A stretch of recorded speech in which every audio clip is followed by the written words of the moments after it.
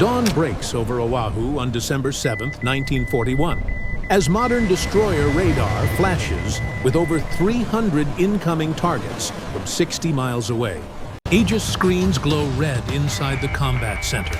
Sailors shout, "Inbound strike package," and sound general quarters across the ship. Arleigh Burke-class destroyer anchors near Pearl Harbor entrance. Vertical launch system hatches open with flashing red lights. Dozens of SM-2 missiles ignite and streak skyward, leaving bright trails as they curve toward Japanese B-5N Kate formations. Mid-air explosions rip through the sky. Japanese planes disintegrate into fragments raining down over the Pacific horizon. Thick black smoke billows over Oahu hills, while 1941 American sailors stare upward in stunned amazement from battleship decks. Final missile tears apart a Nakajima B-5N torpedo bomber.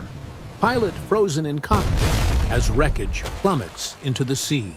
Peaceful morning in Oahu. American battleships line Ford Island.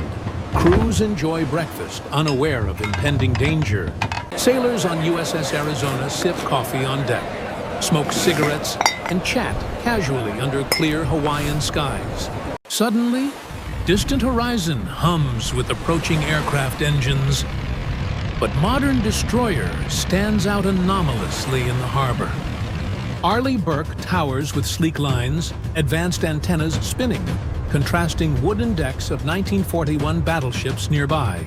Dispute 1D radar sweeps 360 degrees continuously, detecting threats far beyond visual range of World War II lukekstören tragedies and circuit to 100.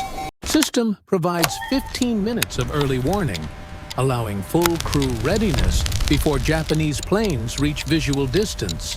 Destroyer crew monitors digital consoles amid crackling 1940s radio traffic from nearby ships and shore stations. First contacts appear just after 7:40 a.m. High-flying Japanese formations tracked over 60 miles distant. Missile inventory includes 40 SM-6 for long-range air defense, ready in vertical launch system cells. 16 ESSM missiles loaded for shorter-range threats, plus 8 CRAM interceptors for close-in protection. Backup systems feature Phalanx CIWS gun and 5-inch deck gun, with air-burst munitions for final defense.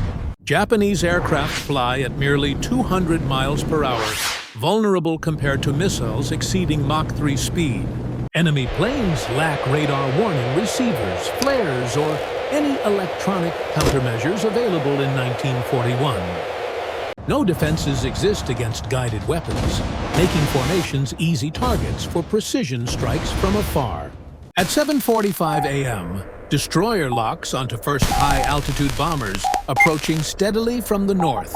Command issues, weapons free, order, initiating immediate engagement protocols against confirmed hostile aircraft. 49 G-4M Betty bombers cruise at 20,000 feet in tight formations, unaware of tracking below. Radar guides 18 SM-6 missiles launching simultaneously. Boosters separating as they climb rapidly upward. Missiles accelerate, turn sharply, and home in on individual targets with active radar seekers. Japanese pilots continue casual conversation over radio, oblivious to incoming threats closing at supersonic speeds. Explosions erupt suddenly within formations, tearing wings and fuselages apart in rapid succession.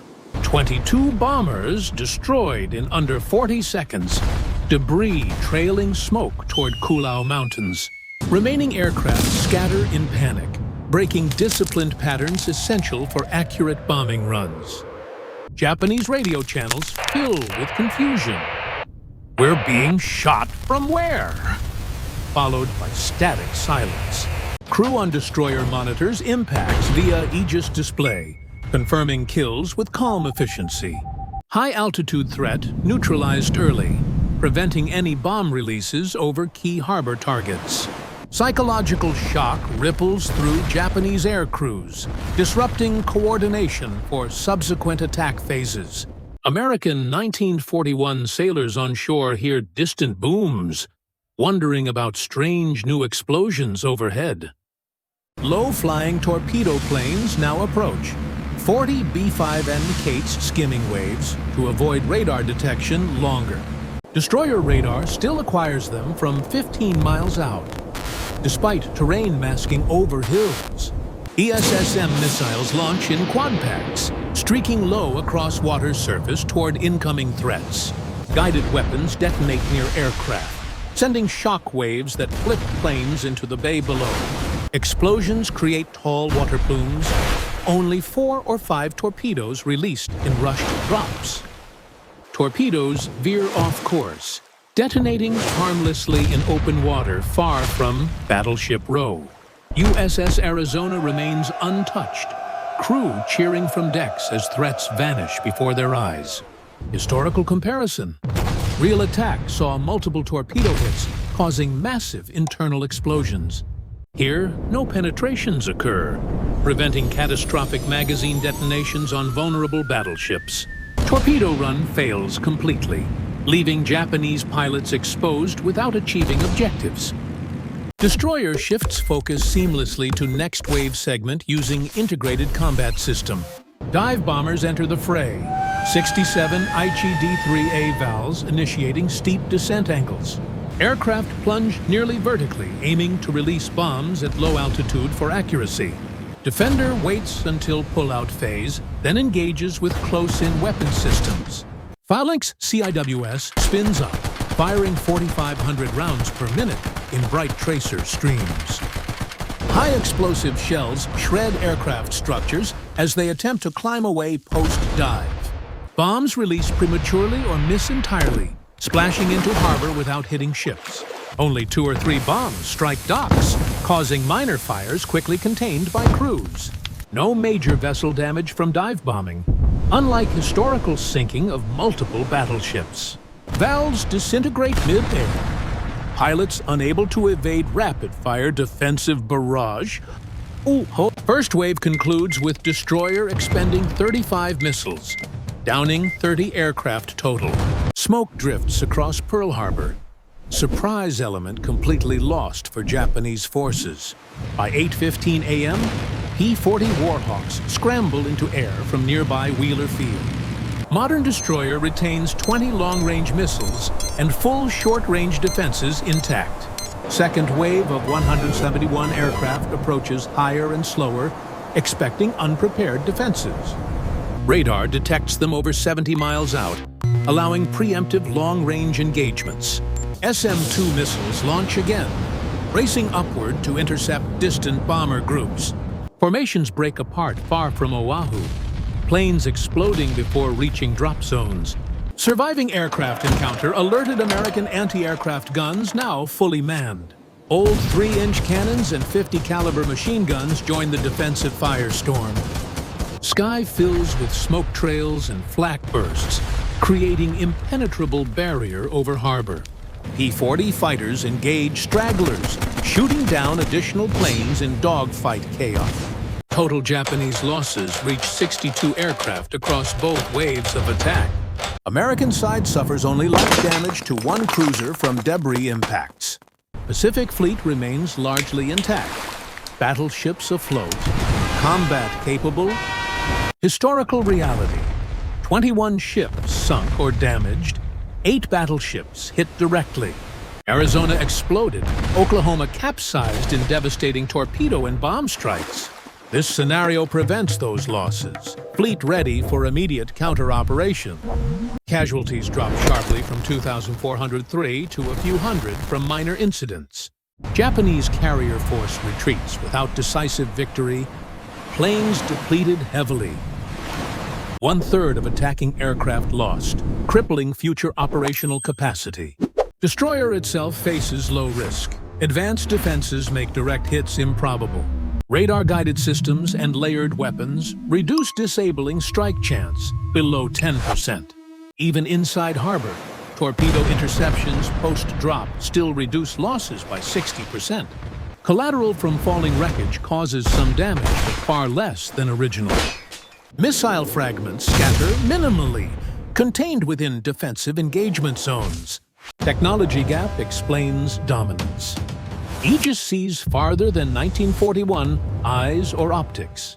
System reacts in seconds versus minutes, required for manual gun aiming. Guided missiles strike precisely against slow, unarmored, propeller-driven aircraft. No need to outnumber attackers when warning time enables decisive first shots. Radar alone provides 10 minutes alert, allowing guns manned and fighters airborne. Surprise attack transforms into coordinated multi-layer defense network. Pearl Harbor still sees smoke and fire, but fleet survives the onslaught. Battleships damaged superficially, repairable within days rather than months. Navy retains striking power, able to pursue Japanese carriers immediately. Single Arleigh Burke at entrance turns potential disaster into Japanese defeat. December 7th becomes Day of American Resilience instead of tragic loss. Stand tall. Modern warship demonstrates how technology can alter historical outcomes dramatically. Aegis combat system proves unmatched against World War II aerial tactics. One destroyer safeguards entire Pacific fleet from annihilation. Japanese lose element of surprise and significant air assets early. Carriers withdraw in disarray. Plans for Pacific domination shattered. American response accelerates. War timeline shifts in favor of allies. Scenario highlights vulnerability of 1941 aircraft to 21st century defenses. Guided missiles render massed propeller attacks obsolete in minutes. Defensive victory achieved with minimal expenditure of advanced munitions. Harbor entrance position maximizes line of sight for all approaching threats. Integrated sensors and weapons create impenetrable anti-air bubble. History changed by presence of future technology in past battlefield. One modern destroyer stops Pearl Harbor attack, preserving naval power.